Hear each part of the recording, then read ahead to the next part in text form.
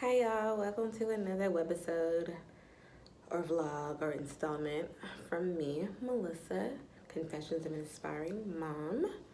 This is my vlog, my channel. If you are new, please listen to the content, view the content, like, comment, subscribe. I'm on YouTube, Facebook, Instagram, Twitter, Confessions of an Inspiring Mom. Today's video is going to be in reference to or about my C-section, postpartum recovery, and tips.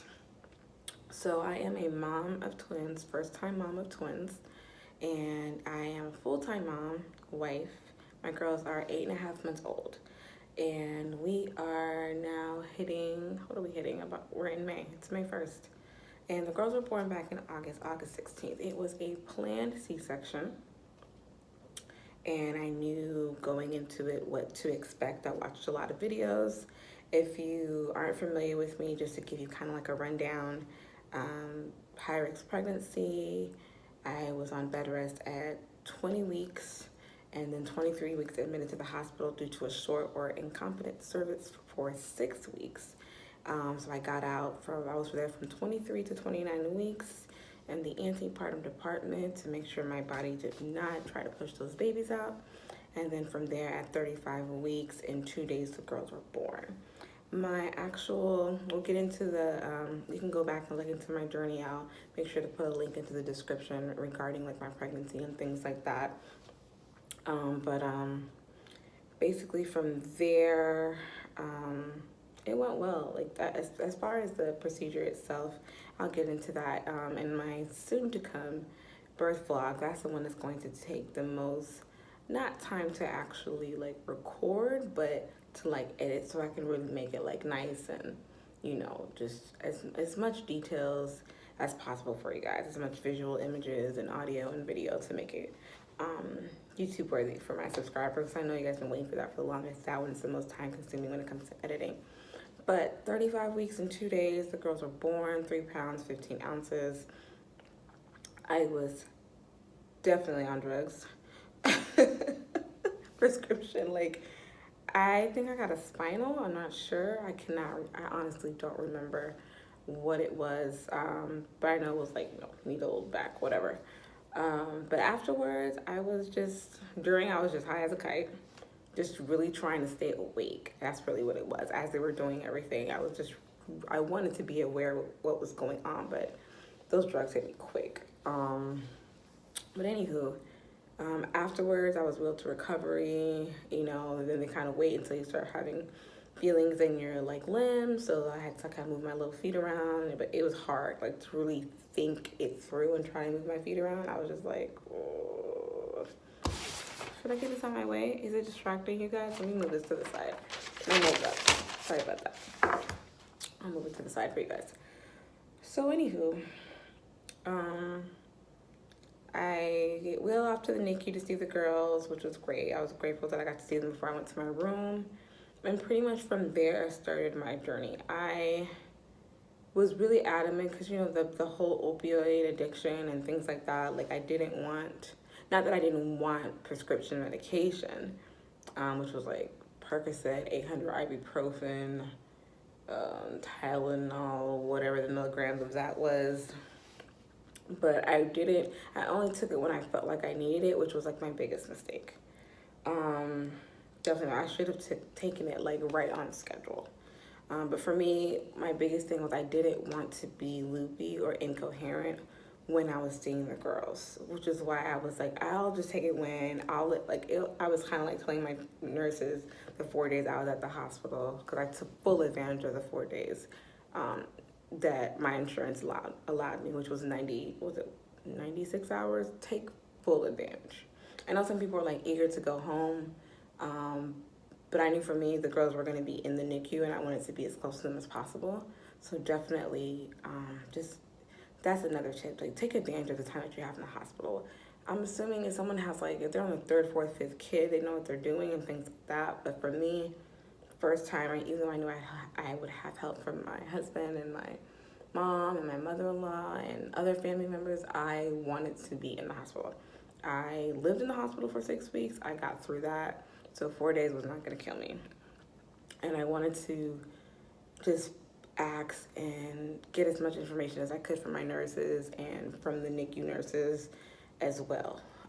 So, but definitely stay on top of your medication. That's extremely, extremely, extremely important. Because I was up, and they tell you to be up and on your feet. They want you to start walking around. By that evening, I was walking around. I mean, not just wandering around the hospital, but just up and being able to walk to the wheelchair. That was important to me. And then, when I was wheeled down to NICU, being able to kind of maneuver around the room to see the girls. I wanted to be able to do that. So that was important to me. Skin to skin time is extremely important. Another tip. It's really, really, really, really important to have skin to skin time. Sorry, I'm just making notes.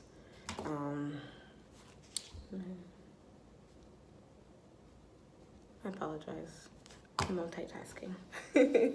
But for you guys, for content, that's really important because it's not a vaginal birth, so you don't get that like boost or that surge of oxytocin that they talk about from a vaginal birth.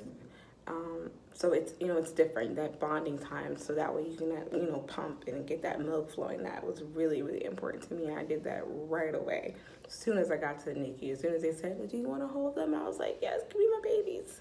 And my husband held Isabella and I held Anna, and it was just heaven on earth. And I'm glad I actually had him like capture that first picture. It was just like heaven on earth. So in the hospital, next tip, please, please, please ask them for a belly band. I still wear my belly band to this day.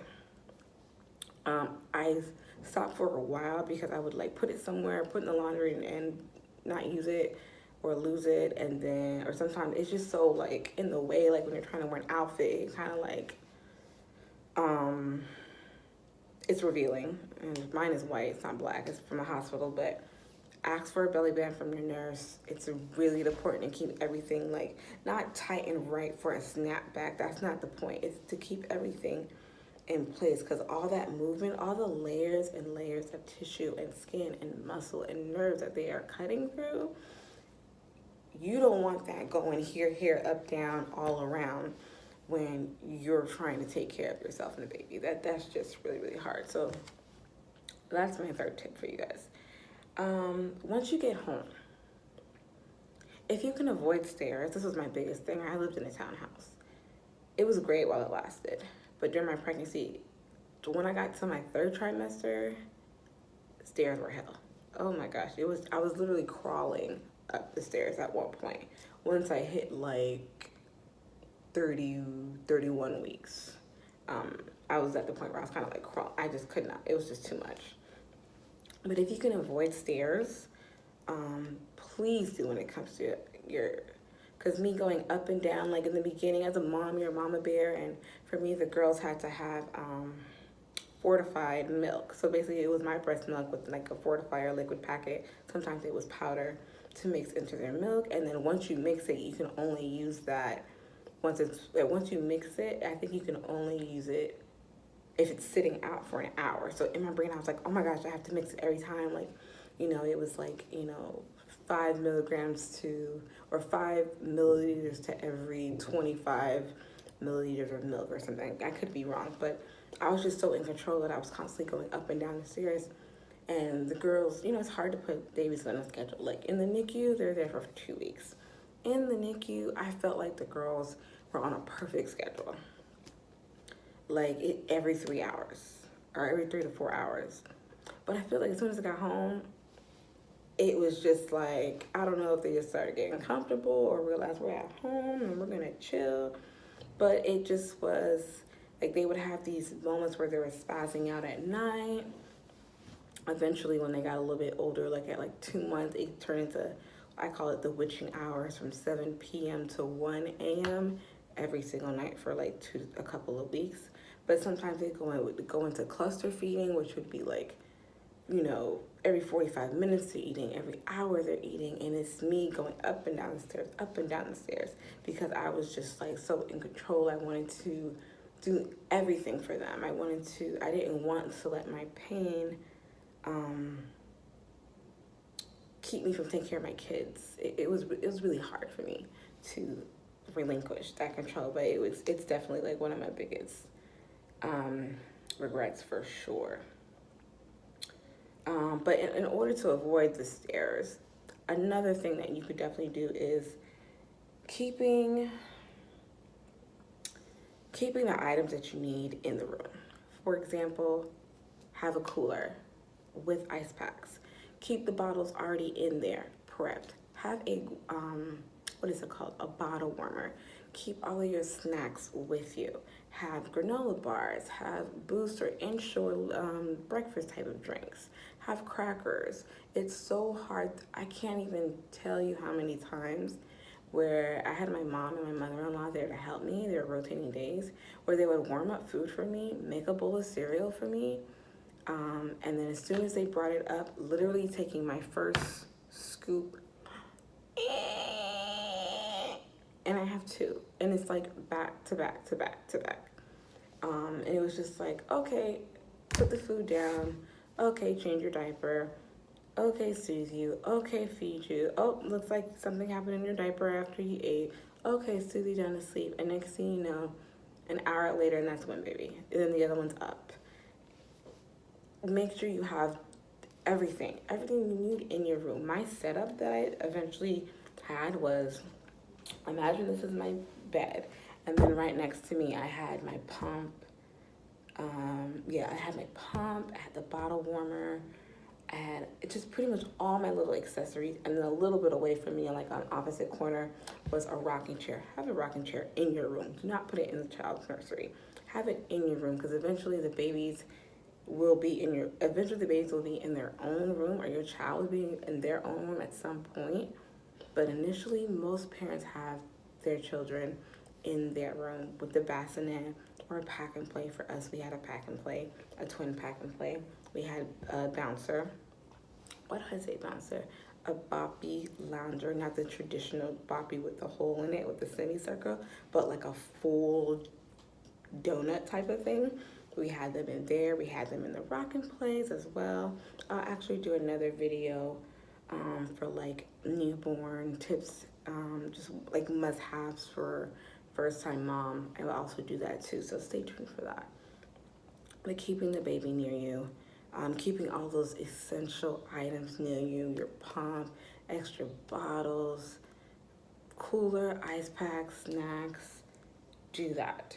Extremely important. Another thing, if you're feeling any type of pain, and I regret this because I still have pain to this day. I wish I said this in the initial part of the video, but I was diagnosed most recently by my primary care doctor with neuralgia. And neuralgia is basically sharp, shocking pain that follows the nerve due to irritation or nerve damage. So that's me. So how she explained it to me was, after having a C-section, most women are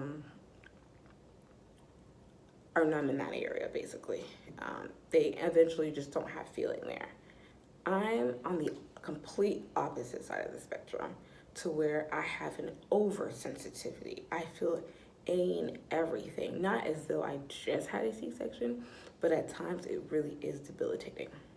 It's hard for me to take care of the girls and sometimes even do some like the most basic things because of that pain. And luckily, what I'm actually currently doing as like my first measures is basically I use lidocaine patches and I put it right on top of my incision, and that helps numb the pain. And I've also prescribed amitriptyline to also help. The downside to that, taking that medication, which I only take at night, is that it makes you really sleepy and really drowsy because it affects your nerves, your neural system.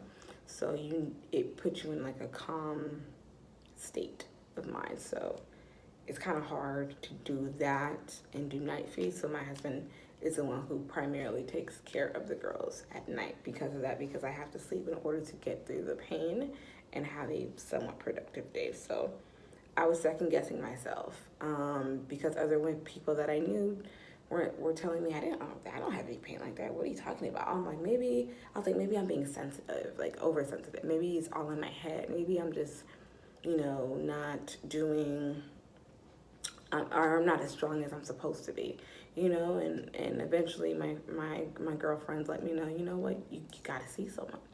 You got to go to your OBGYN, see what's going on, what's happening. We did an ultrasound there. They didn't see anything. And it's crazy how the day I did my ultrasound and the day I did the appointment prior to the ultrasound, I had absolutely no pain when I went in. And I was just like, okay, it must be all in my head. Maybe it's finally going away. And then my insurance changed and all that other stuff. And then fast forward, the girls are 6.5, 7 months old, and I'm still in pain. And I said, you know what? I'm going to get another opinion. I'm getting a second opinion. So if you feel like anything is wrong, please, please, please, please reach out to your physician. If you can't get in with your physician, if you don't feel comfortable, or if they're making you feel any type of way, get a second opinion, get a third opinion. Reach out to someone that maybe they could be like a nurse or a doctor or a physician assistant. Go to any sort of specialist, pain specialist. Don't sit here and second guess yourself like I did, because I feel like I'm paying the price for that, and I feel like I did too much in the beginning. Was just trying to be the best mom and being super mom and thinking I can do everything, and not trying to ask for help, even though I had help. I had help in my home, but I just felt some type of way, like I'm a mom, I'm their mother, I should be making their bottles, I should be changing all their diapers, I should be rocking them to sleep, when in reality I overdid it, So if you can get help, this is like my last tip. If you can get help, I want to make sure it's my last tip, yeah. And I'll kind of recap at the end. If you can get help for yourself, it's one thing if you have a spouse or your partner, your mom, mother-in-law, sister, friend for the baby. But if you can have someone who's truly designated to help you and take care of you, to make sure you're the best you that you can be for yourself, most importantly, but and also your spouse and your children or your child, please do that.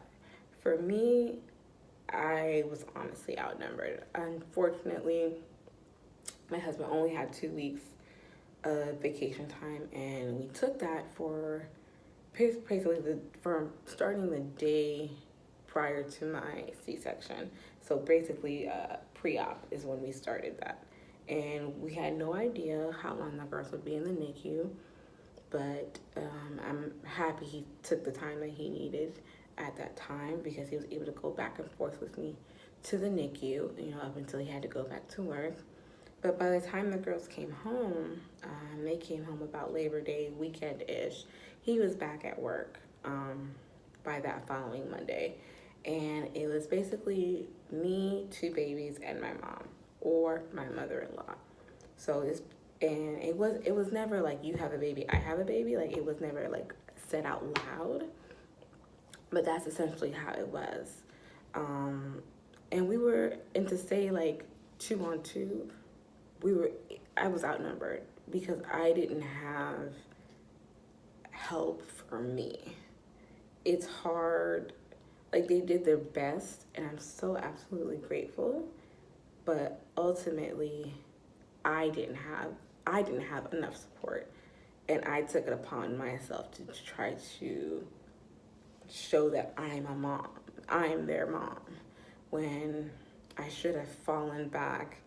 And in hindsight, I probably should have tried, if I could. It's hard, everyone's working, but tried to see it on certain days if they could overlap and work together to be there. That way I could have gotten more rest physically. If they both were there and each had one of the girls, and I was there to help and assist, I really feel like, when I think about it, that would have been like the best course of action for my healing process. So if you can get an extra set of hands, if you're able to afford a postpartum nurse or doula, or someone like that, to be an advocate, to be there to help you, to bring you your, like, I had them there to bring me my food and my snacks and all the other things, but I really should have taken, I don't want to say taken more of a backseat approach, because I'm a parent, I'm a mom, I'm their primary caregiver, but I should have taken a little bit more, I should have relinquished a little bit more of that responsibility, and, shelled it out a little bit more, so that way I could have gotten the rest I needed. So just to recap, ladies and gentlemen, if you are watching for your spouse or for your partner, the tips I can definitely provide, for your recovery, for a C-section, postpartum, the tips I can give you to give you the best results for yourself, to be the best you that you can do. Make sure to have the baby in the room with you. Keep all the essential items, everything that you need, pack and play, cooler, bottles, pump, everything to you as close as possible. Keep snacks with you. Make sure you're doing skin to skin immediately. That will definitely help as far as getting that milk in, pumping, getting that love that you absolutely need, because you will have your highs and you will have your lows. But that skin to skin, those minutes, those moments, those hours that you are going to spend with your child are everything. Skin to skin as much as you possibly can. Stay on top of your medications. Don't let the pain start to be the point where you say, you know what, let me go ahead and take my meds. Make sure you have a timer.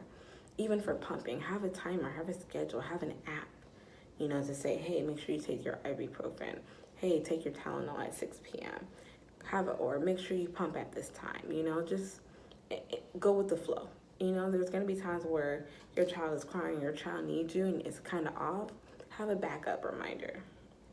Make sure to ask your physician team, or your clinical staff, or your OBGYN, or just even order it yourself, for a belly band. Have that on. I wish I had it on immediately. At first, it was really uncomfortable to wear. It was difficult, but, initially. But just have that on. Keep it on. Stay consistent with it. Ask your physician. If you feel uncomfortable, speak with someone. Say something out loud if you're in any sort of pain. Whether it's physically or mentally, if something that doesn't sit right with you, ask for help. Avoid stairs. I want to say this is my last one, just to recap. Avoid stairs at all costs, if you can. And to avoid the stairs, go back to the beginning, which is basically keeping the baby in the room and all your essentials next to you that you could possibly need, for sure. So, I'm going through it. It's hard. Again, I am a mom of twins. I'm a first-time mom. I'm a wife. I'm an employee. I'm a sister. I'm a daughter. I'm a mother. It's a lot. It's really, really a lot. And, I have a lot of guilt about that. And I do talk about my mom guilt postpartum in another video, which I'll make sure to link to. But just know that in order to be the best mom, to be the best partner or spouse or wife, you have to ultimately be the best you. And that's really, really, really what it comes down to. If you feel like you want to get up, go out and get something, do something, ask somebody to come, ask for help, step out of the house. There were times where I didn't step out of my house for days. I had no idea what the temperature was outside. I would just look out the window, because I always had someone there. I had no reason to step out the house, but eventually it got to a point where it was like 9 o'clock at night. My husband had finally come home from work, and I said, I'm going out. And where did I go? Burger King. In the parking lot, and I just sat and ate, because that was the time I could finally sit and eat a warm meal in peace. Don't let yourself get to that point. Ask for help. You are worth it. You are a superwoman. You are an amazing mother. And it's okay. We all have flaws. But we're going to make it. We're going to get past it. and we can be the absolute best that we can be. So make sure you like, follow, subscribe, comment, chat with me, send me a message, email me, whatever you want to do. There's more videos, more content, more information. Make a request if you like. Don't forget, I'm on Instagram, I'm on Facebook, here on YouTube, on Twitter, at Confessions of an Aspiring Mom. Until next time, guys. Bye.